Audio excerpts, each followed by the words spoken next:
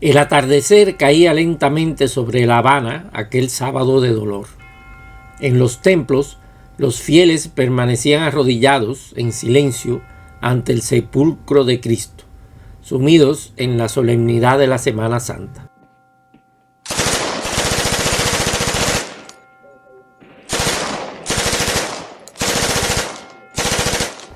El tableteo seco de ametralladoras y el estallido brutal de pistolas se anticipó al tañer de las campanas de resurrección, dejando un balance sangriento de víctimas en un piso de la calle Humboldt, en el número 7, muy cerca de la Universidad de La Habana. 4 jóvenes yacían abatidos, y con ellos caía también la cúpula de una de las organizaciones más activas de la lucha armada contra el gobierno. Si quieres conocer en profundidad este violento suceso ocurrido el 20 de abril de 1957 y las sombras que aún lo rodean, acompáñame en este vídeo. Yo soy Pedro Enrique Pujals y este es mi canal histórico, El Tesoro del Presidente.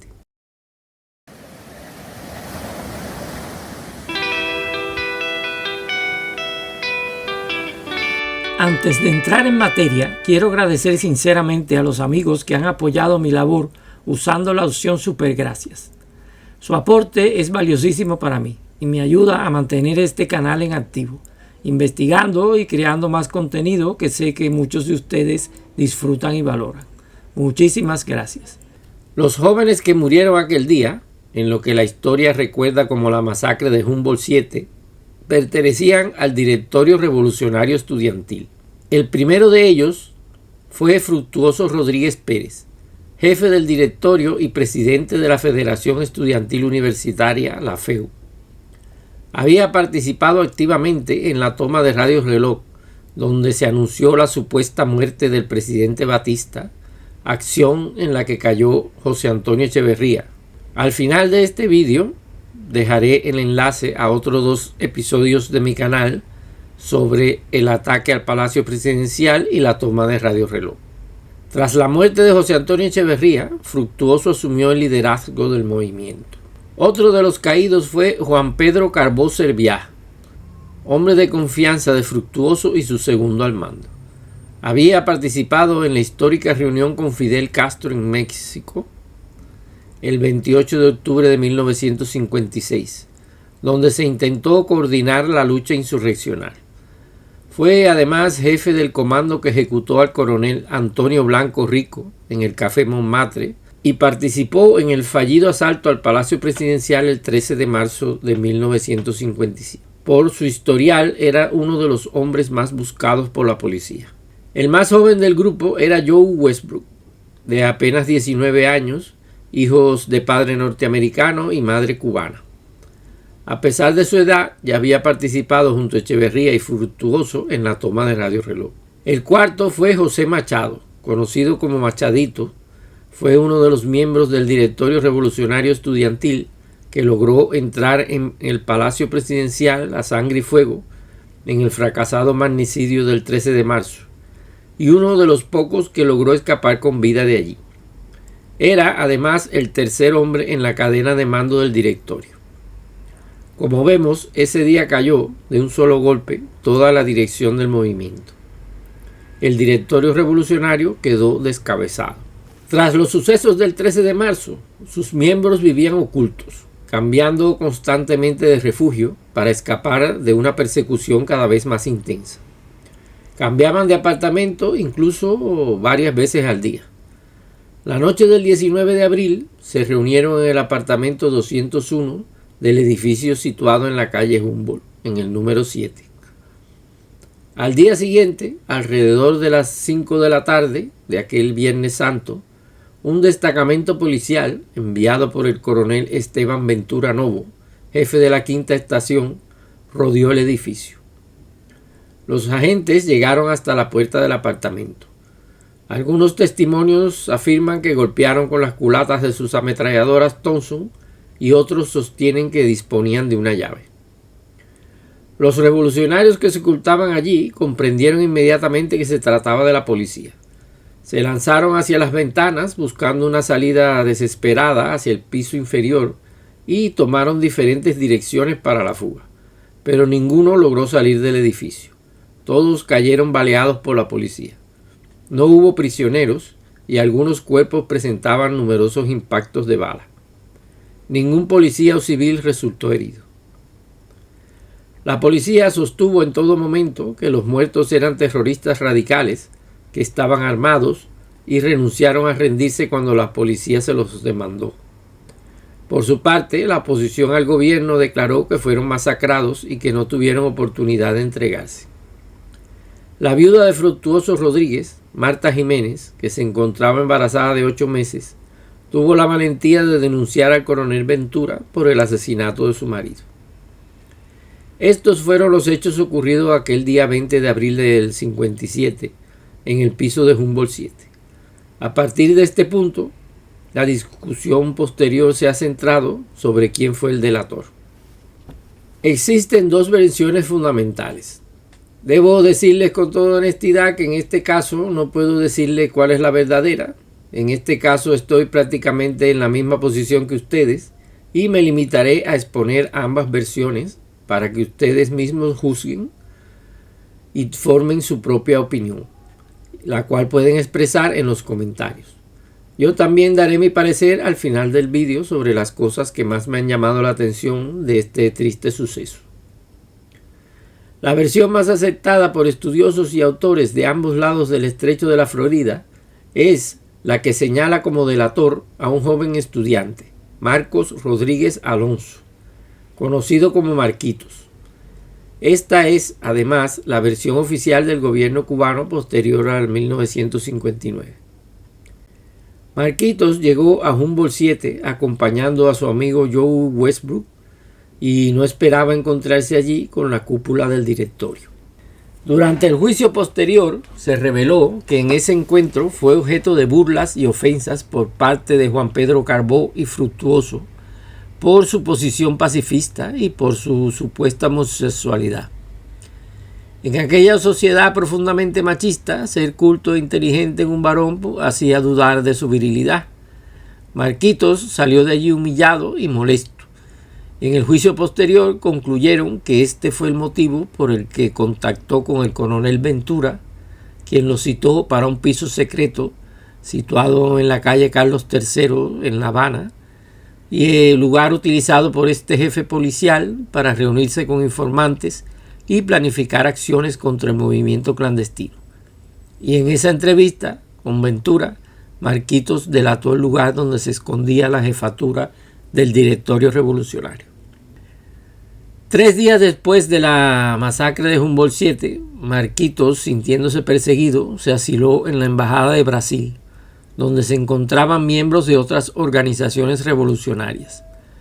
2 meses después, parte hacia Centroamérica, visita Argentina y en diciembre de 1957 llega a México. Según los investigadores, Marquitos disponía para todos estos viajes de dinero suficiente y sospechan que estaba en la nómina de Ventura por esta causa. En México conoció a los dirigentes del Partido Socialista Popular de Cuba, el PSP, Joaquín Ordoqui y su esposa Edith García Buchaca, que estaban exiliados allí desde el 10 de marzo de 1952, cuando el golpe de Batista. El PSP era lo que era el Partido Comunista Cubano. Ordoqui era un viejo militante comunista desde el año 1927 y había escalado hasta las más altas posiciones dentro del Partido Socialista Popular. Y como muchos cuadros de confianza, había pasado por Moscú, donde recibió formación política y estratégica. Edith García Buchaca también se desenvolvía muy bien en las altas esferas del comunismo cubano. Había estado casada en primeras nupcias con Carlos Rafael Rodríguez, con quien tenía 2 hijas, y posteriormente contrajo matrimonio con Ordoqui. Entre ambos formaban una pareja con peso real dentro del movimiento. Estas 2 personas acogieron y apadrinaron a Marquitos en México. Según el propio Marquitos, fue a Edith García Buchaca a quien le confesó su traición a sus compañeros del directorio revolucionario. La respuesta de ella fue reveladora. Le dijo que un hombre podía redimir sus culpas. Y en lugar de apartarlo, lo incorporaron directamente al Partido Socialista Popular, sin pasar por las filas de la Juventud Comunista, como era habitual, y enviaron su solicitud a La Habana solicitando que se aprobara de inmediato. ¿Por qué hicieron esto? Mi interpretación es que esto encaja perfectamente dentro de la lógica de la competencia y rivalidad que existía entre las distintas organizaciones opositoras a Batista. Al acoger a Marquito, los Zordoki no solo ganaban un militante, sino que debilitaban al directorio revolucionario. Fue en la práctica una recompensa al delator. Tras la caída de Batista, Marta Jiménez, viuda de Fructuoso Rodríguez, decidió buscar respuestas sobre la muerte de su marido. Logró entrevistarse con algunos policías que habían caído presos en enero de 1959, uno de ellos Alfaro Sierra, que era guardaespaldas del coronel Ventura. Y en ese momento, según se afirma, estos policías identificaron a Marquitos a partir de fotografías y descripciones. Marta solicitó que estos hombres testificaran ante un tribunal, pero al día siguiente ya estaban fusilados. Poco después, el 28 de enero de 1959, Marcos Rodríguez regresó a Cuba. Fue denunciado por Marta Jiménez y detenido, pero pronto quedó en libertad por falta de pruebas. Al parecer, el contexto político pesaba y mucho. En ese momento, por ejemplo, Joaquín Zordoki ostentaba el grado de comandante y ocupaba el cargo de viceministro primero de las Fuerzas Armadas Revolucionarias, es decir, el segundo hombre después de Raúl Castro. Edith García Buchaca presidía el Consejo Nacional de Cultura. El otro integrante de este curioso trío, Carlos Rafael Rodríguez, dirigía el INRA, una de las instituciones más poderosas del nuevo régimen. Algunos piensan que desde estas posiciones de poder protegieron a Marquitos. Los Zordoki le consiguieron una beca a través del ICAE y lo enviaron a estudiar a Checoslovaquia, donde además trabajó para la embajada cubana. Pero pronto la historia dio un giro inesperado.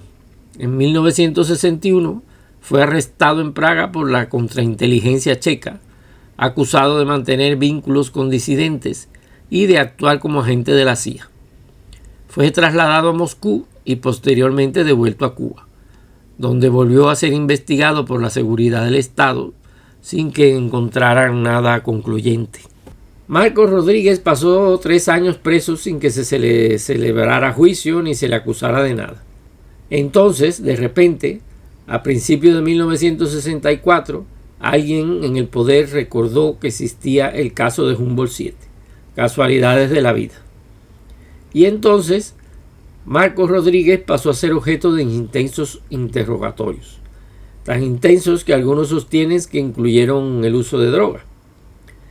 El resultado fue previsible, una confesión y una autoinculpación, muy en línea de aquel estilo estalinista que años después veríamos en el juicio del general Ochoa y compañía. En un Estado de Derecho, nadie está obligado a declarar contra sí mismo, pero en Cuba eso es práctica habitual. El proceso fue abusivo, plagado de acusaciones triviales y homofóbicas, como que era un tipo rarito, que usaba sandalias, que era un intelectualoide, que siempre andaba con un libro bajo el brazo. Ciertamente, Marquitos era un personaje detestable, fue un delator, un chivato y además era comunista. Pero incluso alguien así tiene derecho a un juicio justo, y eso precisamente fue lo que no tuvo. Uno de los testigos estrella de la fiscalía fue Faure Chomón, quien no dudó en ilustrar al tribunal sobre el bajo carácter moral del acusado, añadiendo que siempre había sospechado de él como informante en el caso de Humboldt 7. Con semejante ambiente, el desenlace era predecible. Fue condenado a muerte. Su abogado apeló, pero la apelación terminó convirtiéndose en un nuevo juicio. en el que actuó como acusador e interrogador nada menos que el propio Fidel Castro, sí, que era el primer ministro y jefe del gobierno de la nación. El juicio además fue televisado, todo un espectáculo. Aquí en estas imágenes pueden ver al dictador sentado detrás de una mesa, en plena crisis de histeria homicida, reclamando el fusilamiento del reo, con esa locura criminal y psicópata con que envió al paredón a tantos cubanos. El resultado fue el previsible, la sentencia fue ratificada y Marcos Rodríguez Alonso fue fusilado en los fosos de La Cabaña el 20 de abril de 1964, 7 años después de los hechos de Humboldt 7. Existe una segunda versión sobre quién fue el delator del escondite de Humboldt 7, según la cual el verdadero informante no habría sido Marcos Rodríguez, sino Faure Chomón Mediavilla, ya fuera directamente o utilizando a Marquitos como intermediario. Esta hipótesis la sostiene Jorge Valls, testigo de la época, y coincide además con lo que afirmó el propio coronel Esteban Ventura Novo en sus memorias, publicadas en Miami. Lamentablemente este libro es hoy muy difícil de conseguir. No he podido consultarlo, pero sería una fuente de gran valor. Si alguno de ustedes tiene acceso a una versión digital o sabe dónde encontrarlo, le agradecería mucho que me lo hiciese saber. Valls fue el único que se atrevió a enfrentarse a Castro entre tanto servilismo. Valls no era un cualquiera, había sido fundador del Directorio Revolucionario Estudiantil junto a José Antonio Echeverría, opositor a Batista y además amigo personal de Marcos Rodríguez. Valls testificó en favor de Marquitos y esto le costó que fuese encarcelado pocos días después, juzgado por conspirador y condenado a 20 años de prisión. En entrevistas posteriores, Valls afirma que el delator fue Chomón y lo hizo para quedarse como líder supremo del Directorio Revolucionario. Tras la muerte de Echeverría, en la reorganización del directorio, Chomón había quedado relegado al cuarto lugar en la línea de mando, por detrás de Fructuoso, Carbó y Machadito. Valls aplica una lógica sencilla. Cuando se investiga un crimen, hay que mirar a quién beneficia, y en este caso el más beneficiado era Chomón. Además, Valls conocía bien a Marquitos y no cree que una simple discusión de patio de colegio, por fuerte que fuera, bastara para empujarlo a denunciar a sus compañeros y provocar su muerte, incluyendo la de su buen amigo Joe Westbrook. Para Chomón, en cambio, el resultado era mucho más importante. Con la caída en un solo golpe de toda la cúpula del directorio, el camino hacia el liderazgo le quedaba despejado. También desmonta otros argumentos utilizados en su contra, afirmando que Marquitos no era homosexual, como se insinuó durante el juicio, y que incluso él le conoció novia. Hay otros elementos que alimentan esta sospecha. Por ejemplo, la rapidez con que actuó la policía. La delación tuvo un efecto casi inmediato y Ventura recibió a Marquitos sin demora en su apartamento secreto de la calle de Carlos III. La lógica indica que este tipo de acceso solo estaría al alcance de informantes ya conocidos, personas que llevaban tiempo colaborando con la policía y que Ventura consideraría que su información era valiosa.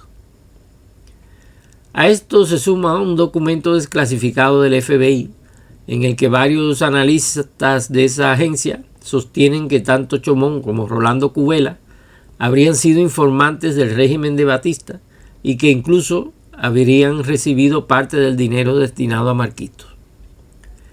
En entrevistas posteriores desde el exilio en Miami, Valls se reafirma en la creencia de que Marquitos era inocente y opina que su confesión fue obtenida bajo coerción. Valls hablaba desde la experiencia, ya que él mismo pasó por las cárceles de la seguridad del Estado cubana, y lo decía sin rodeos, que en esos calabozos cualquiera termina confesando lo que haga falta hasta que se comió a su abuela. De hecho, basta ver las imágenes del juicio. Marquitos aparece completamente degradado, reducido a un auténtico guiñapo humano. Valls opina que había interés en matar a Marquitos porque conocía muchos de los trapos sucios del Directorio Revolucionario y del Partido Socialista Popular. Y solo los muertos no hablan. Hasta aquí los hechos. Ahora quiero detenerme en algunos puntos que personalmente considero esenciales después de estudiar este episodio de la historia cubana. En primer lugar, la llamada matanza del Sábado Santo de 1957. A los jóvenes de Humboldt 7 se les ha presentado como revolucionarios idealistas, luchadores por una causa, héroes envueltos en una narrativa romántica. Pero si analizamos su trayectoria con frialdad, sin consignas ni mitos, encontramos otra realidad. Ellos habían participado en asaltos, atentados y acciones armadas que dejaron numerosos muertos. Bajo ese prisma también pueden ser considerados lo que fueron en la práctica, actores de una violencia política que hoy podemos calificar como terrorismo. También se les puede calificar como criminales peligrosos. Han pasado a la historia cubana como mártires y se dice de su muerte que fue un crimen de Ventura y que Batista era muy malo y etc. Pero la realidad es menos esquemática y mucho más compleja. El comportamiento de la policía y del ejército puede ser cuestionado, sí, pero también es comprensible dentro del contexto, aunque no justificable. Hay un elemento clave que casi nunca se menciona de forma interesada y es que en aquella Cuba el poder judicial aún funcionaba con independencia, cosa que después de 1959 más nunca funcionó así. Y eso tenía como consecuencia que hombres como Juan Pedro Carbó, Fructuoso Rodríguez o el propio José Antonio Echeverría, todos habían sido detenidos en algún momento, juzgados en el Tribunal de Urgencia de La Habana y puestos en libertad para que a los pocos días volvieran a protagonizar acciones violentas, como el asesinato del coronel Blanco Rico o el ataque al Palacio Presidencial. Esto generaba una frustración enorme dentro de las Fuerzas Armadas. Muchos militares sentían, no sin razón, que los crímenes contra la fuerza pública quedaban impunes. Fidel Castro y sus hombres fueron amnistiados tras el violento asalto al cuartel Moncada. Fran País fue juzgado por los hechos del 30 de noviembre y también quedó en libertad. El propio coronel Orlando Piedra se queja de esto en una entrevista y acusa a Batista de proteger a las figuras claves que alimentaban el clima de violencia, que suministraban armas y sostenían a los grupos violentos y ganteriles, como Tony Barona, Millo Ochoa o Justo Carrillo, entre otros. La percepción dentro de las Fuerzas Armadas era que estos jóvenes de buena familia, con contactos, con influencia, siempre encontraban la forma de escapar al castigo en los tribunales. A esto hay que añadir otro dato importante, y es que en Cuba no existía la pena de muerte en ese momento, y las amnistías y perdones eran frecuentes. Todo esto transmitía un mensaje peligroso de impunidad. Insisto en que esto no justifica lo ocurrido, pero ayuda a entenderlo, porque en ese contexto nos resulta extraño que algunos decidieran tomarse la justicia por su mano y nos hicieran prisioneros. Y aquí conviene recordar que los grupos revolucionarios tampoco tenían clemencia ni hacían prisioneros.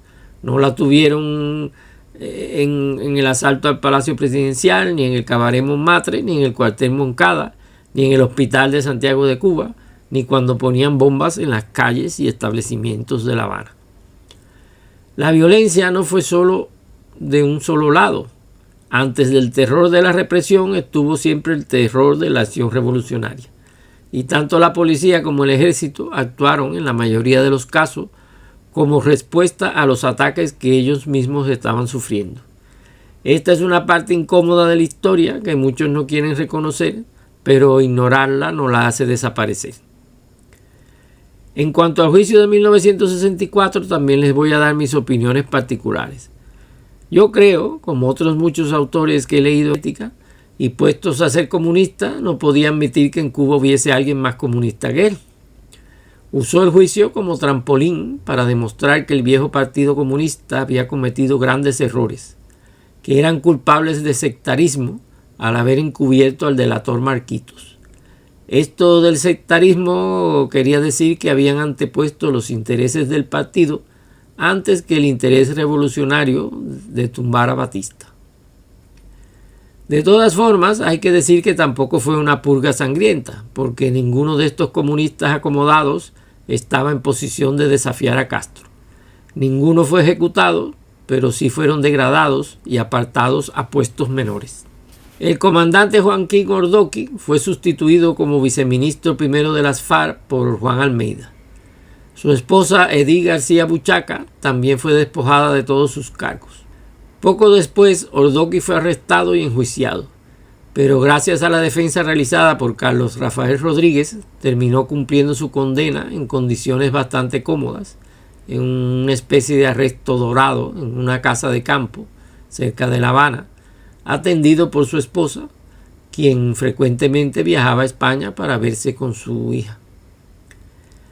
Carlos Rafael Rodríguez también cayó en desgracia. Fue apartado del poderoso INRA y relegado a la vicepresidencia de la República. Un cargo prácticamente decorativo, si tenemos en cuenta que el presidente Dorticós ya era una figura decorativa. ¿Qué más se podía esperar del vice? Blas Roca, que era director del periódico Hoy, órgano oficial del Partido Comunista, fue criticado en una carta abierta de Castro y acusado de publicar información incompleta sobre el juicio, lo que podía favorecer las intrigas de los enemigos de la revolución. El periódico Hoy fue clausurado poco tiempo después y sustituido por el Granma, que hasta hoy sigue siendo el órgano oficial del régimen. En 1965, el viejo Partido Socialista Popular fue disuelto definitivamente y en su lugar se fundó el nuevo Partido Comunista de Cuba, un partido único diseñado a la medida y a la hechura de Castro. Él mismo asumió el cargo de primer secretario. También desapareció lo que quedaba del directorio revolucionario, absorbido por esta nueva estructura. De sus antiguos líderes solo quedó en pie Faure Chomón, quien optó por alinearse completamente con Castro. El otro dirigente relevante, Rolando Cubela, había sido arrestado y condenado a 30 años por conspiración. De esta forma, Castro se erigió como un auténtico rey sol caribeño. El Partido Comunista era él, el Estado era él, y Cuba, el pueblo y la revolución también eran él. A partir de ese momento quedó como máximo interlocutor con la Unión Soviética y fue el jefe supremo y tuvo el control de todos los nuevos y viejos militantes del Partido Comunista. Otra cuestión que creo que merece comentarse es la de la delación como delito. En Cuba, la Constitución de 1940 no la contempla como tal, ni tampoco durante el gobierno de Batista era penalizada. De hecho, en cualquier país puede considerarse un deber ciudadano informar a la policía sobre hechos delictivos, especialmente cuando se trata de terrorismo. Resulta llamativo y contradictorio que al inicio de la revolución Castro mandara fusilar a muchos de los llamados chivatos, entre ellos el propio Marcos Rodríguez, pese a que no eran los autores directos de los asesinatos extrajudiciales ocurridos durante la guerra, o sea que ellos no fueron los que apretaron el gatillo. Es irónico porque precisamente Castro hizo de la chivatería una institución nacional de la Revolución Cubana, hasta el punto de crear una organización que abarcaba toda la isla para dirigir y fomentar la delación y la vigilancia en el seno de la sociedad. Me refiero a los conocidos CDR, que no fue otra cosa más que la organización masiva de la delación, una red extendida por toda la isla para vigilar, reportar, controlar y chivatear a la población desde dentro. Y lo más llamativo, ni siquiera hacía falta pagarle a los chivatos, ya los delatores eran voluntarios. La mayoría de cubanos se sumaron activamente a esta organización, participando en este sistema de vigilancia cotidiana que penetró todos los niveles de la sociedad. Esa cultura no desapareció, ha sobrevivido y se ha adaptado. Hoy se ha trasladado al mundo digital que se refleja en las redes sociales, donde abundan perfiles falsos dedicados a señalar y denunciar y reportar a la seguridad a quienes critican al régimen. Son las llamadas ciberclarias, que no son más que la versión moderna de los chivatos.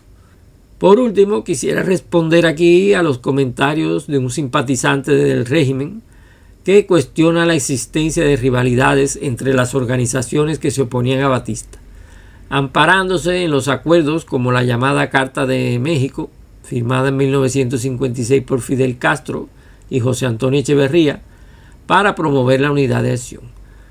Por mi parte, yo también puedo recordarle a este señor que este no fue el único intento de unidad, ni ahí también está el Pacto de Montreal de 1953, promovido por fuerzas políticas tradicionales como el Partido Ortodoxo y figuras como Príos o Carrás, o el Pacto de Caracas de 1958, que reunió el movimiento 26 de julio, el Directorio Revolucionario y el Partido Auténtico y el Ortodoxo, en una supuesta alianza contra Batista, y de esa reunión salió el acuerdo de que el primer presidente fuese un hombre bastante neutral como lo era Urrutia, que contaba con la simpatía de todas estas organizaciones. Pero todos estos acuerdos, vistos en perspectiva, fueron poco más que declaraciones de intención y brindes al sol, porque lo único realmente que unía a estas organizaciones, lo único que tenían en común era el deseo de tumbar a Batista. Más allá de eso, predominaban la desconfianza, las agendas propias y sobre todo la competencia. Los comunistas del Partido Socialista Popular, por ejemplo, ni siquiera se integraron plenamente en esos pactos y no dudaron en acoger en sus filas a desertores o delatores de los otros grupos aliados, como Marquitos, por ejemplo. El Directorio Revolucionario no apoyó el desembarco del Granma. Por su parte, el movimiento 26 de julio tampoco respaldó el asalto al Palacio Presidencial, más bien lo criticó. Los auténticos, mientras tanto, operaban por su cuenta, intentando coordinar golpes militares desde dentro del propio ejército. He leído que el asalto al palacio fue impulsado por militares que exigían la muerte de Batista como condición previa para ellos actuar. También se ha señalado por Fernando Valls que Faure Chomón pudo haber entorpecido el esfuerzo de Menelao Mora y Gutiérrez Menoyo, bloqueando refuerzos clave durante esta operación, y que por eso los asaltantes de la segunda oleada no entraron en combate. Cuando José Antonio Echeverría tomó Radio Reloj, en su alocución se atribuyó todo el mérito a él y al directorio, proclamándolo como la mano armada de la revolución, en clara competencia por el protagonismo. Y las diferencias no eran solo operativas, sino también discursivas. En una carta de diciembre de 1957, Fidel Castro criticaba duramente a las demás organizaciones, acusándolas de hacer una revolución imaginaria, mientras que él, según decía, libraba la revolución real en la sierra. Chomón, en aquel momento todavía independiente, le respondió con dureza en otra carta, pidiéndole que tuviera prudencia al hablar y recordándole que mientras él estaba en la sierra, otros se jugaban la vida en las calles de La Habana, organizando acciones, atentados y operaciones armadas, como el ataque a Palacio, el atentado a Blanco Rico y otras. Existe la correspondencia de Fidel Castro con el Che Guevara cuando arribó a las lomas del Escambray, en la que insiste en que las guerrillas del directorio deben subordinarse al mando del movimiento 26 de julio y criticando a estas guerrillas. Todo esto deja claro que la supuesta unidad era en gran medida una ficción. Y lo ocurrido después del 1 de enero del 59 lo confirma sin lugar a dudas. Fidel Castro no tardó en desmantelar, neutralizar o absorber a todas estas organizaciones, y lo hizo mediante la cárcel, el exilio o el fusilamiento. Este desenlace dice más que cualquier pacto firmado. Y ahora me gustaría conocer vuestra opinión sobre todos estos temas tan polémicos, especialmente sobre lo ocurrido en Humboldt 7 y en el juicio. ¿Qué piensan ustedes? Los leo en los comentarios porque este es un tema que merece ser debatido. Si este vídeo les ha resultado interesante, no olviden compartirlo, y si desean apoyar este trabajo y ayudarme a seguir creando contenido como este, pueden hacerlo a través del botón Super Gracias, que su apoyo hace una gran diferencia. Si te gustó, déjame un like, suscríbanse al canal y activen la campana para no perderse próximas entregas. Nos vemos en el próximo vídeo.